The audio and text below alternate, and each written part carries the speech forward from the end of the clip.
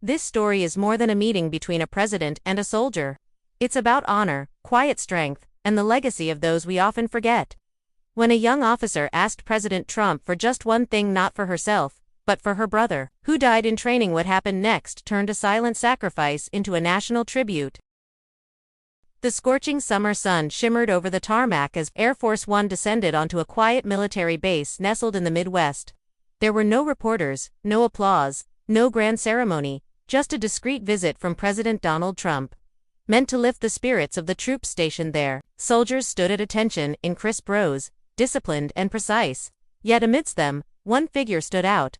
She appeared to be in her early 20s. Her stance was strong, her salute sharper than the rest. Her uniform was pristine, and her boots, firmly grounded as if she were rooted to the soil. But it was her eyes that caught the president's attention, intense, filled with a story untold. As Trump walked past the formation, he halted in front of her. "Lieutenant Hale," he read from her name tag. "You represent the kind of strength our country needs." "Thank you, sir," she replied with calm resolve. Then, breaking routine, he asked, "Is there anything I can do for you?" She met his gaze without flinching. "Just one thing, Mr. President." The words hung in the air, and Trump's demeanor shifted.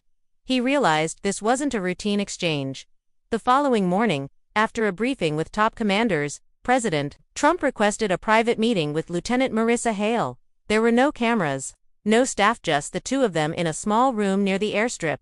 Marissa stood tall, her hands behind her back, her pulse loud in her ears. She had no idea if what she was about to say would make a difference, but she had to try. "You mentioned there was something you needed," Trump began. "Yes, sir," she said, her voice steady, "but it's not for me." Trump raised an eyebrow, intrigued. "Go on." "My younger brother Jaime Hale was only 18. He passed away during basic training." "I'm sorry," Trump said softly. "They said his death didn't qualify for military honors. No folded flag, no ceremony, not even recognition. My mom, she never found peace. And me, I've been wearing this uniform every day, wondering if it means anything anymore." Trump was quiet. The gravity of her words was unmistakable. "What is it you want me to do?" "I just want my mother to receive a folded flag and to hear the words she never got to hear. Thank you for your son's service. That's all." As Air Force One took off that afternoon, Trump sat alone, deep in thought. The cabin hummed quietly around him, but his mind was far from still. He couldn't shake Lieutenant Hale's request, or the pain in her voice. Jaime Hale had collapsed during a training march. He never saw combat, never deployed, and because of that, he had been quietly excluded from recognition. But the image of Marissa standing proud, yet grieving, haunted Trump. He grabbed a legal pad and began writing. Not policy, not his thoughts, a life cut short. A family without closure. Service isn't measured in days. He tapped his pen for a moment, then picked up the phone. "Get me every detail on Private Jaime Hale," he told his chief of staff. "I don't care how long he served. Sir, there may not be much. His file will be thin." Trump was resolute. "Then find what matters. And I want to speak with the Secretary of Defense today." For him, this wasn't politics anymore. It was personal. Back at the base, Marissa sat on her bunk, staring at an old photo of Jaime. He looked so full of life, flashing that stubborn grin she'd known since childhood. She gently traced the edges of the frame. Guilt gnawed at her. He had followed in her footsteps because she inspired him. She had told him military service would give him purpose. Now he was gone. She pulled a letter from her wallet, the last one Jaime had sent before he died. The paper was creased and soft from being opened and refolded so many times. "If anything happens, promise me you'll stand tall. You're stronger than you know." Tears filled her eyes. "I wasn't strong enough to stop you," she whispered. Her uniform suddenly felt heavier. The symbols on her chest meant little without her brother's recognition. Her mission had never truly been about military duty. It was about redemption, and maybe, just maybe, the president had heard her heart. In Washington, the investigation into Jaime's service began at Trump's direction. He treated it like it was a matter of national importance. "Don't just pull paperwork," he told his staff. "Talk to people, his instructors, anyone who knew him." Bit by bit, pieces of Jaime's story came together. He had passed his early screenings, had no discipline problems, and was known for being respectful and eager. But during a grueling endurance test, he collapsed unexpectedly. CPR had failed. Doctors later determined he had an undiagnosed heart defect, because his death wasn't in combat, and because he hadn't served long. The military hadn't considered him eligible for honors. Trump stared at the final report for a long time. Then he underlined one sentence. Time in service, 4 weeks. He shook his head. 4 weeks too short to be a hero. I don't think so. Trump's call to the Secretary of Defense was firm. I want a full military ceremony for Jaime Hale, he said. Flag, honor guard, taps the works. Sir, the secretary responded cautiously. There are protocols. Minimum service requirements, then update them, Trump interrupted. He trained in uniform. He took the oath. That's service to me. There was a long silence. Understood, Mr. President. Trump wasn't interested in press coverage or praise. He was thinking about a grieving mother who had waited too long for acknowledgement. He sat down and began writing a letter. Not for the cameras, for her dear mother of an American hero. He wrote, Your son may not have served long, but he served with honor. His legacy lives on in all who remember him. He meant every word. Later that evening, Trump received a bundle of letters from soldiers at the base. Some were thank yous, others had requests. One envelope stood out. It had Lieutenant Marissa Hale's name on it, written neatly in blue ink. Inside, her words were simple but powerful. Mr. President, I never wanted to ask for anything. My brother Jeremy was killed in combat 2 years ago. Our parents had passed before that. I was all he had. Now, all I have is his grave and a medal. I don't want attention. I just want his name to be remembered. Trump read it silently. Her quiet strength moved him. The next morning, Trump requested another private meeting with Marissa. She walked into a dim, windowless room, unsure of what to expect. He held her letter in hand. You didn't ask for much, he said, just memory. She nodded, words caught in her throat. Tell me about Jeremy, he said gently, and she did. For 20 minutes, she described her brother. Brave, funny, devoted, a soldier who joined the army to protect his big sister. He had died shielding another soldier in Afghanistan? Trump listened, silent and still. Why haven't we heard of him? He asked. No one ever asked, she replied. He wasn't high-ranking, just ... Brave. We'll change that, he said firmly. Her eyes widened. I'll make sure the world knows Jeremy Hale. Tears shimmered, but she stood taller. Her brother's legacy had just begun. Back aboard Air Force One. Trump held Jeremy's photo. Marissa had sent it to him, taken on a sunny day in a park. On the back, in her handwriting, my hero before the war. Trump made another call. 2 days later, in front of the Pentagon. Trump stood at a podium not to talk politics, but to tell a soldier's story. This, he said, holding up Jeremy's photo, is Jeremy Hale. He didn't get medals or headlines, but he gave everything for his country. Behind him, a screen displayed Jeremy's face and story. We will honor him with a permanent plaque at Arlington, a scholarship in his name. His story will be taught to new recruits not for glory, but for sacrifice. A hush fell over the crowd. This was one sister's wish, Trump said, and it was one we all needed to hear. Word of Trump's speech spread rapidly. Jeremy Hale's name began to appear everywhere. Social media erupted with his image smiling in uniform, radiating quiet courage. Hashtags like #RememberJeremy and #EveryHeroCounts began trending across platforms. People who had never met him now knew his name. Back at the base, Marissa watched the live broadcast alone in her quarters. Her eyes overflowed not with grief, but with deep soul-healing validation. For the first time since her brother died, she felt seen. He was no longer forgotten. Others now carried his story to Dot later that night. Fellow officers approached her one by one, nodding respectfully, shaking her hand with quiet gratitude. A young cadet, barely out of training, saluted her with misty eyes. Ma'am, he said softly, I called my mom tonight and told her I love her. Your brother reminded me why I wear this uniform. Marissa's voice trembled. That's all I ever wanted. In Washington, Trump sat in his office late into the evening, reading messages and letters from military families across the country. One envelope caught his attention. Inside was a note that read, I never knew Jeremy Hale, but now I'll never forget him. That night, for the first time in weeks, Marissa slept without the familiar weight on her chest. A sense of peace, though fragile, had finally found her. A week later, the sky hung heavy with gray clouds as a light drizzle fell over Arlington National Cemetery. Trump arrived with no cameras or entourage. Marissa stood beside him in her formal dress uniform, her hands clasped tightly in front of her. Together, they approached a modest headstone. Jeremy Hale, beloved brother, brave soldier.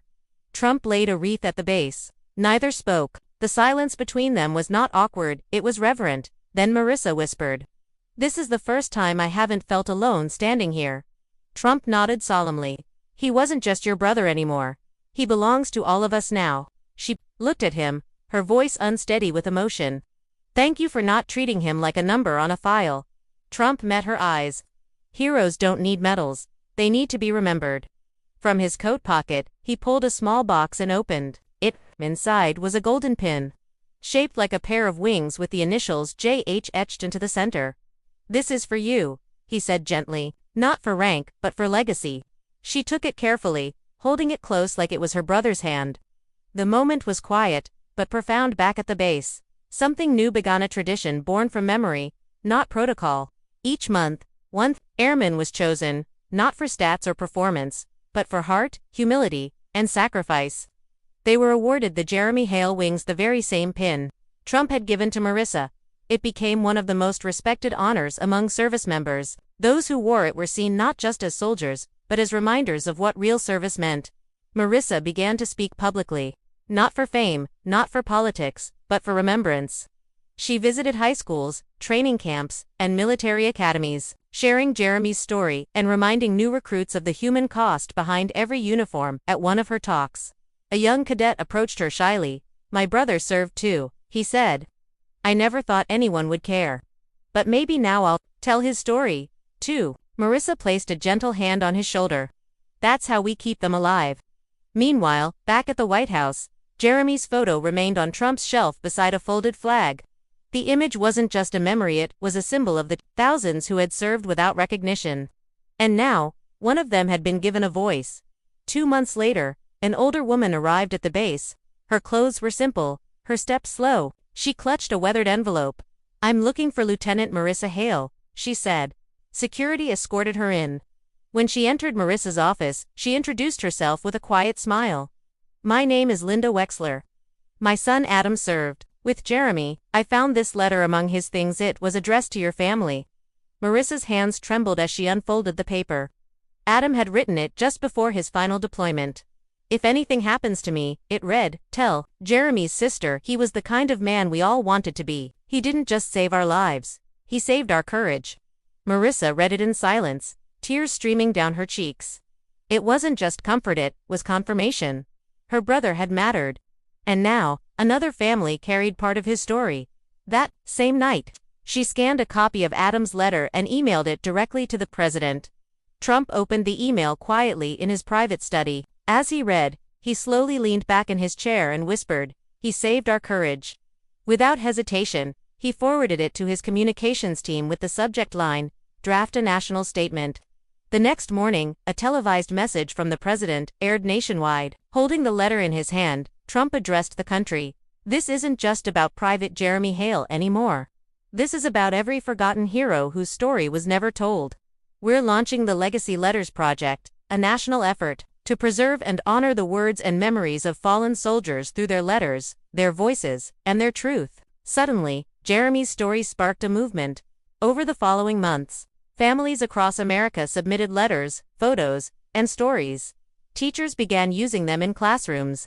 Students no longer learned just about battles, they learned about names, brothers, sisters, and the hearts behind the headlines. One day, Marissa received an email from a 5th-grade teacher in a small Ohio town. "Dear Lieutenant Hale, our class read your brother's story. One student wants to speak with you." A week later, Marissa joined the class on a video call. Dozens of little faces filled the screen, waving. Then a shy boy stepped forward. "Hi, my name's Jeremy too. I used to hate my name because kids teased me, but now, I love it." Marissa blinked away tears as the class applauded.